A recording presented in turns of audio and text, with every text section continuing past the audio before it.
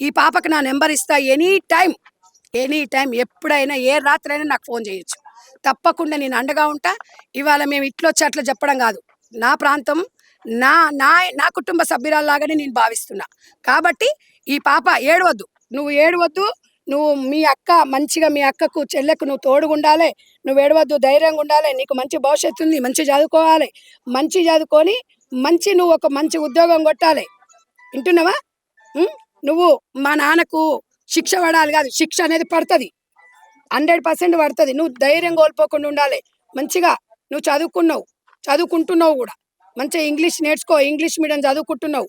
మంచి ఉద్యోగం చేసినావనుకో, రేపు మంచి ఉద్యోగం సంపాదిస్తే మీ అమ్మ ఆత్మకు శాంతి ఉంటది. ఎక్కడేం లేదు అందరం ఉంటాం. ఇగో మీ అత్తమ్మ గూడా చెప్పింది. మేమే చూసుకుంటాం అంటుందిగా. అందరం ఉంటాం నాన్న. తల్లిని అమ్మనైతే తీసుకురాలేం గానీ, మేమందరం నీకు తోడుగా ఉంటాం. నీకెప్పుడు ఏమనిపించినా మాకు ఫోన్ చెయ్యి. నా ఫోన్ నంబర్ నీకు ఇచ్చిపోతా. సరేనా బేటా?